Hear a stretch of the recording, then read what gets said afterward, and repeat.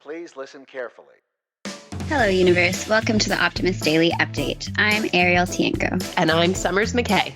And we are part of the team behind the Optimist Daily, making solutions the news. We bring you reader-funded solutions news every day in order to change the tenor of news media, social media, and the direction of your day to help us all get focused on what's going right in the world. 7 days a week, we publish positive news stories written by award-winning journalists and delivered online to your inbox and through our social channels.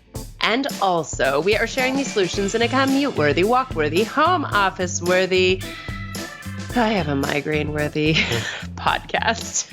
Today is Tuesday, the 25th of January, 2022. Migraine, huh? Well, okay, so it's probably not exactly a migraine. And I know that migraines are actually a medical condition, and I am not belittling it in any way. I have a headache that required me to actually go to our local market and get some Excedrin migraine headache. And so I'm a little light sensitive. I'm a little noise sensitive. I come out of the weekends and I am so tired. And then I jump into Monday, just like full throttle. And by the time we get around to Tuesday's record, I am so tired.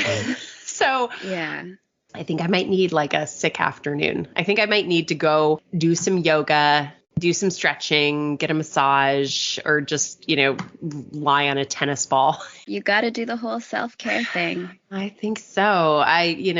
Headaches are no fun. I think I also probably need a new prescription for my glasses. That is also probably something that would improve my current state of being. But how are you? Well, I am probably doing a little bit better than you, just considering that I don't have a headache. But that's also probably because I did squeeze in my yoga this morning. Show off. Yeah, I know. But I don't have kids. I don't have a slew of responsibilities like you do. So I'll admit it, it's easier for me to get the yoga in. Yes. My self-care involved sitting in the parking lot outside of the market where I went to go get the Excedrin. It was like scrolling Instagram for a few minutes. But yeah, I think that this whole notion of self-care and moms, and we talk about this a lot, but we do sort of forget to do it. And this past weekend, my husband was being very sweet, but it came across all wrong. He was saying, "Oh, you look like such a tired mom." And oh no, what he was trying to say was how beautiful I am. That's in the retelling after I burst into tears and had to be consoled, that he was saying that I was so beautiful because I was so into being a mom. Anyway. If you want to compliment a lady, just keep the word tired out of it. Yeah.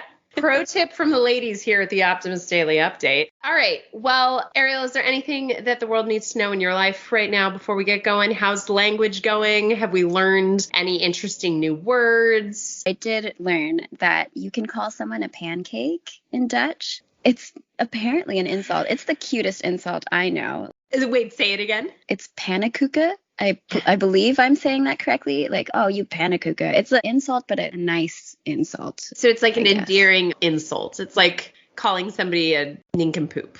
Yes, that's probably it. Okay. Well, it's funny that you say pancake because that is one of my favorite parts of the Optimist Daily stories today. However, the story starts explaining why the world map is wrong. We love maps. I have a big map that has the pins in it where we've traveled in our family. I love looking at the world. At the Optimist Daily, we love having a great big world view.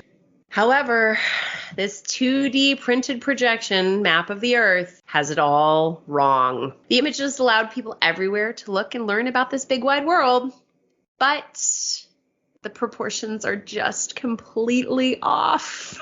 Every world map is distorted in some respect, is quoted Matthew Edney, a professor of geography and history of cartography at the University of Southern Maine. It's a question of what do you want? Do you want the regions to be shaped as they are on the globe or sized as they are on a globe? right? Shape and size matter. For most purposes, the latter is more appropriate, but aesthetically, it's still basically a mess. The toss-up between shape and size leaves some countries bigger or smaller than they actually are, and the distance between land masses inaccurate. So we were joking. We're like, what are the alternatives? Well, I love globes, but those aren't quite as portable and they don't fit in books. So there are other options for maps. There's something called a pancake map, right? So pancake maps are basically, they show the northern hemisphere and the southern hemisphere, and they're put right next to each other. And it allows for accurate depictions of size and shape.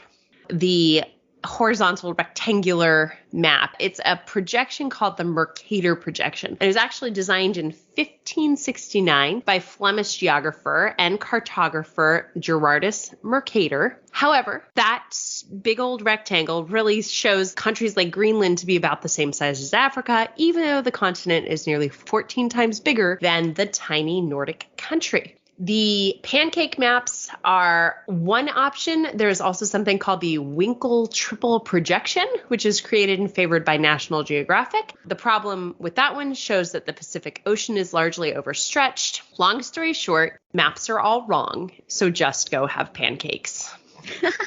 This is like the time we tried to describe doing yoga on the Optimist Daily Update. In the future, if I ever pick a story about something visual, please stop me.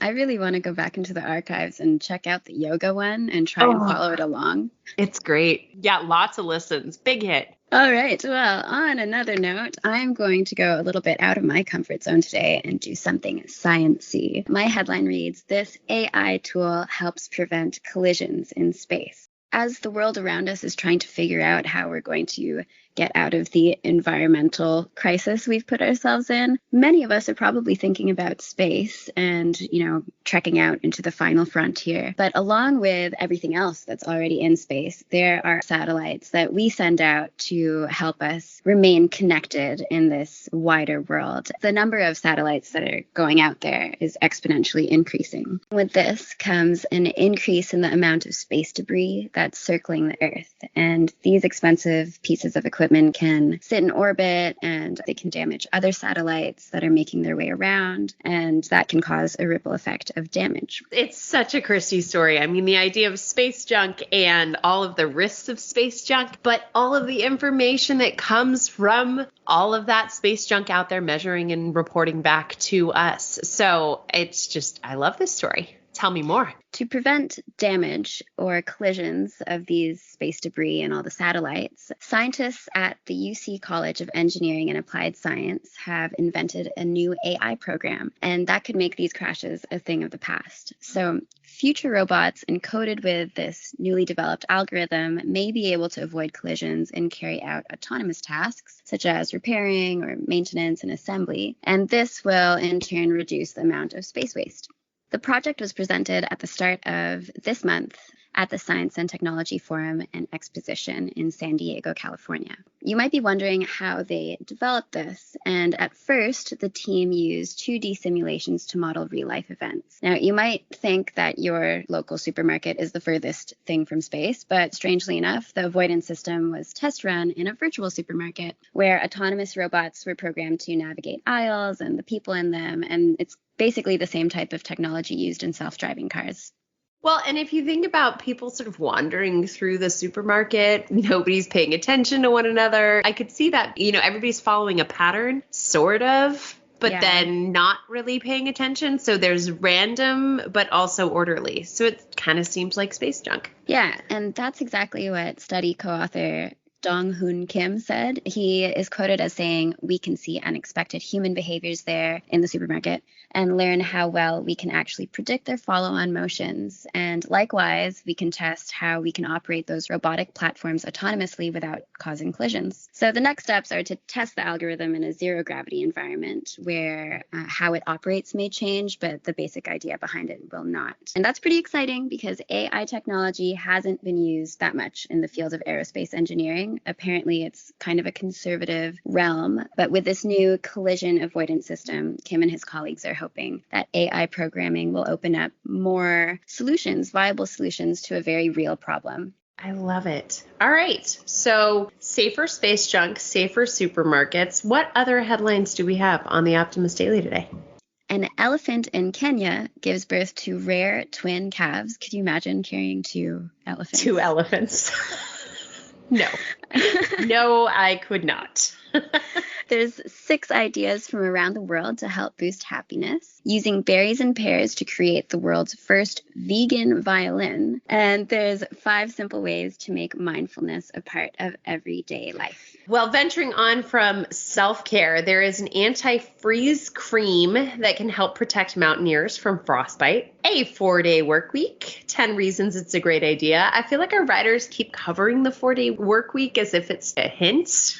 Perhaps. Nudge, nudge. DIY wellness shots that can help you kick that winter cold. My guess is there's probably turmeric in one of those. Stitch away your stress. 5 benefits of knitting and crocheting. That and much, much more is, as always, available on the Optimist Daily. Thank you, everybody, for listening to today's Optimist Daily update. We promise to continue to share positive, solution-based stories with ideas on how you can participate in this changing world and ensure it is changed for the good. We promise to cover current events with accuracy, legitimate sources, and offer you the information needed most to chart new paths for all of us. If you haven't already, please become an emissary on theoptimistdaily.com, and for as little as $5 a month, support reader-funded independent journalism and be part of the solution, changing consciousness and addressing our world's biggest challenges with a problem-solving mindset. Everybody, let's keep the Optimist Daily free to all who need it, supported by those who can. Thanks for listening, and we'll be back tomorrow with more solutions.